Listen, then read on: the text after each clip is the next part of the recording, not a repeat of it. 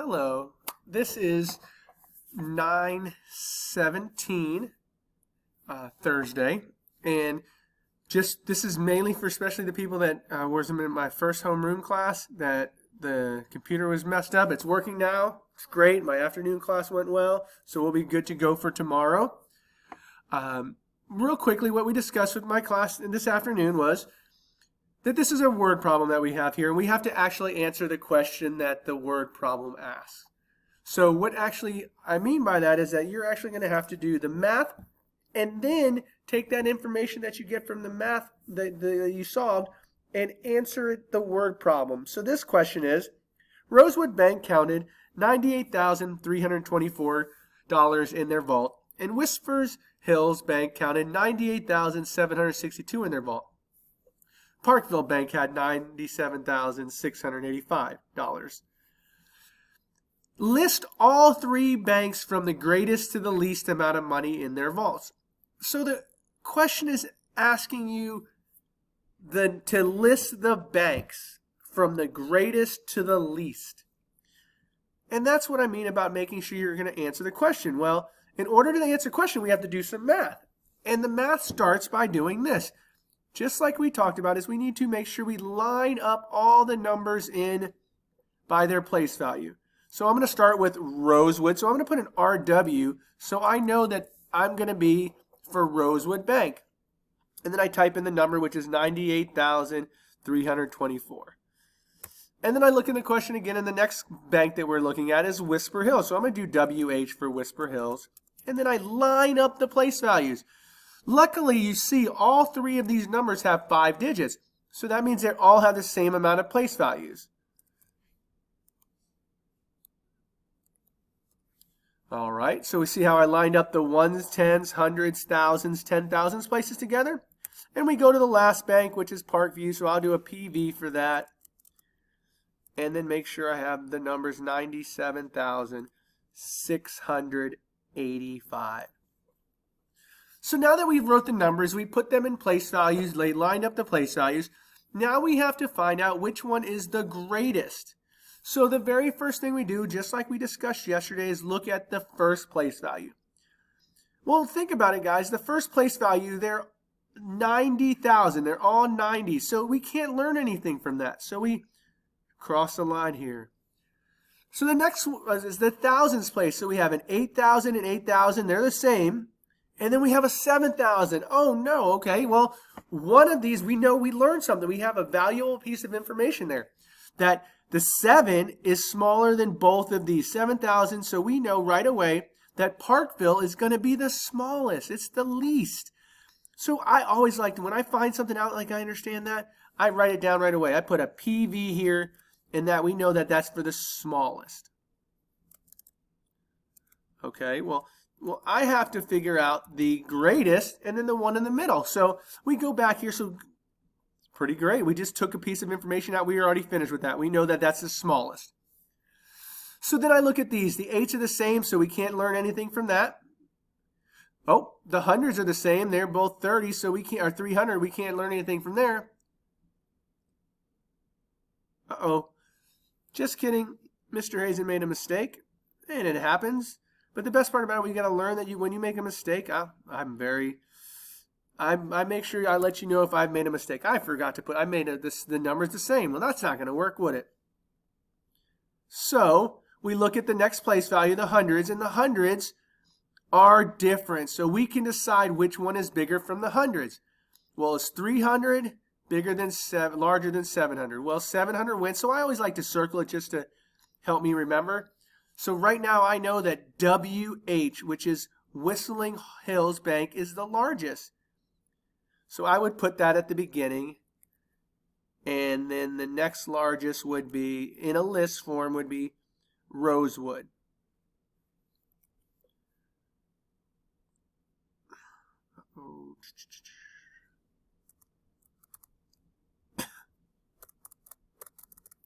And the smallest one we know is PV, which is Parkville. So this is what I mean by answering the question. You can solve it with the numbers, but when the question it doesn't say anything about numbers, it tells you what the banks are. So really be careful when you read the questions.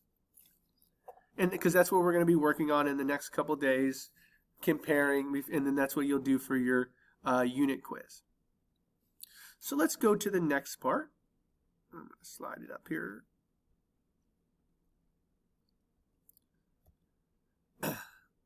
The next thing we really talked about, and I really focused on, and I'm going to actually control all, is we practiced making numbers and really focused on lining up the digits. I was able to do it on the screen, so it was a little bit easier for them to see, but it was really cool as we can do that on the computer as well. And so what I mean by that is I just gave them a number, 32,467 is greater than or less than, and I put a little box here to a square here for me to keep in spot. And let me just do this.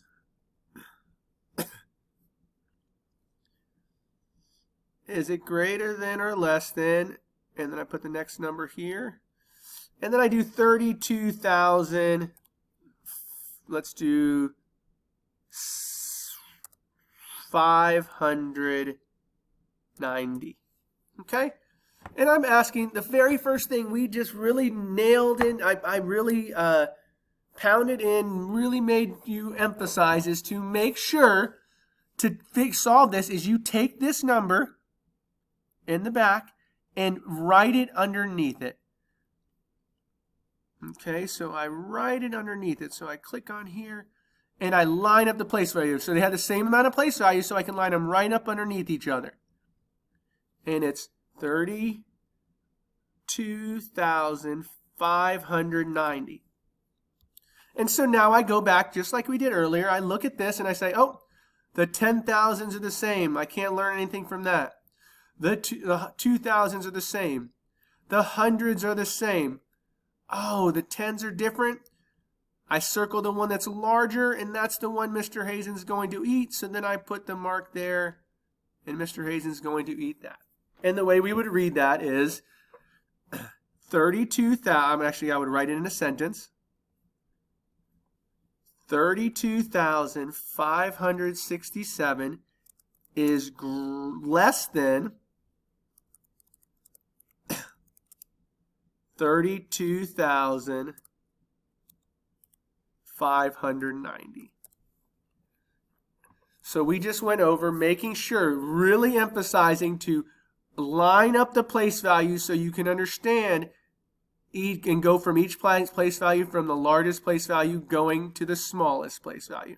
And then you just write it in a sentence the way you would say it. The next thing we discussed is we just discussed number lines, and we really focused on these number lines and understanding that looking at these number lines, you have 10,000, 11,000, right? And so we discussed that what is the halfway point between 10,000 and 11,000? On this graph, on this chart, the halfway point would be the fifth mark. 1, 2, 3, 4, 5. And so we actually had a really good discussion, and we were struggling, so I went back and I asked them these questions. What was half of 10? So half of 10 would be 5, right? So half of 10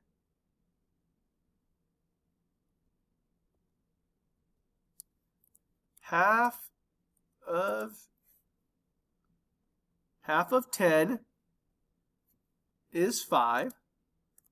And then I asked them, what is half of 100? And I had some students that were able to say is 50. And then we went half of 1,000 is 500. That one was a little bit more tricky, but we did have students that got it, which was really great. And then I went really tricky with them. I went all the way and I said, what is half of 10,000? And they said I had 2 or 3 students that were able to say it is 5,000. And the way they did that, and the reason they got that correct, is because they saw the pattern, and they really realized that in math, it's all about patterns. Hold on a second, I'm sorry. And they noticed the pattern that it was, every time we did half, it was 5, then 50, then 500, then 5,000. So they saw the pattern and they learned from the pattern. And that's what we discussed here. We went from 10,000 to 11,000. So we went up 1,000. So they said the halfway point would be 10,500. And I let them try to do that on the chat. So the last thing we talked about is right here. And we discussed what was even on this screen. When they looked at this, what information that they saw. And after, it took a little bit of a discussion, but they realized that on this there was stadiums. There was the information on there was that there's different types of stadiums. There was different locations, and there was different amounts of seating capacity, how many people could sit there. And so they were able to, I had asked them questions about it, but very specific questions, which kind of confused them for a second, because it was, I told them, even though they got it partially right, I told them they were wrong because they didn't follow the directions of the question. And so like my example of that is, the first one is, which of these had the least amount of seats? And I had a lot of people that picked the number 53,750, and I told them that was wrong because I asked you which stadium. So then I had people that just said Colorado, and that was still wrong because it's not the name of the stadium. And so really going back and thinking about what the question asks is what makes it so it makes the question correct. And the answer to that question would have been Folsom Field. So what I want you to do now is, I want to know, and I'm going to let you guys do this on your own, is which 3